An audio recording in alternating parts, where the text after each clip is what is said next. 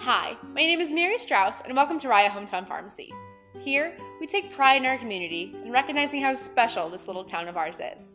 With so many memories made and stories to tell, we want to take the time to share a few bits of history that make us proud to call Rio home. Beginning with the history of how Ohio became Rio. Anyone who has been a part of the Memorial Day Parade ceremony, driven up Cemetery Road, or simply gone to visit knows that the cemetery off Highway 16 in Rio Street is called Ohio. But why? Since 1844, there were people settling along Highway 16, which was then known as Military Road because it connected Fort Winnebago up by Portage and Fort Dearborn down by Chicago, and villages such as Columbus, Fall River, Otsego, and Wyacina. But between Otsego and Wyacina stood the Ohio settlement. Now, why was it called this? Simply because most of its settlers came from the state of Ohio.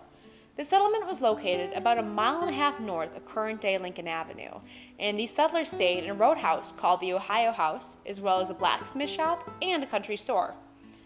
One of the settlers, Samuel Dowd, who owns the land where the Ohio Cemetery currently resides, devoted it to cemetery purposes back in 1848 when his grandson, Winfield, son of Charles and Mary Dowd, had passed away, making him the first person to be buried in the Ohio Cemetery. Another settler, Dallas Bundy, became the proprietor of the country store in the settlement of Ohio, and soon after Wisconsin becoming a state in 1848, Mr. Bundy also became the first postmaster in 1852. He requested that the post office be named Ohio for obvious reasons, but either from illegibility or carelessness from the officials of Washington, D.C., and Ohio already being such a common name, received the commission back with Ohio instead becoming our wonderful town name of Rio.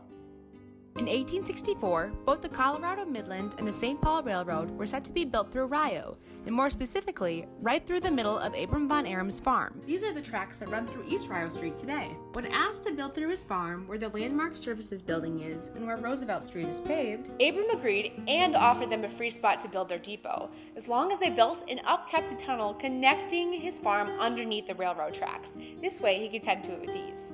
Needless to say, this deal ended with a pretty hearty handshake. Fun fact, right? This is where the rise of Rio, Wisconsin truly began.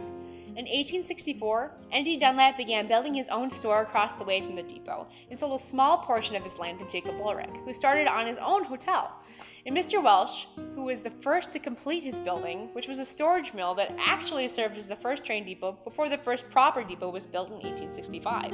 This depot was built on the north side and up east of the tracks near where the outfield of the softball field at Fireman's Park extends into today. That same year, Dallas Bundy brought his post office and country store to begin the village of Rio on the east side of the tracks on East Rio Street. On top of that, the next year in 1866, after already bringing his post office and his country store to the village of Rio by the train tracks, Mr. Dallas Bundy opened the first drugstore in Rio, beginning the beautiful timeline of Rio's drugstore evolution, and bringing it to where you're sitting today in Rio Hometown Pharmacy. We have so much more to share with you about the history of our little hometown of Rio, and hope you enjoyed our small hometown history lesson about how Ohio became Rio. We'd like to thank the Rio Area Historical Society, the Rio Community Library, and Don Holstein for providing this special information for us. I hope you have a great day, and thank you for visiting the Rio Hometown Pharmacy.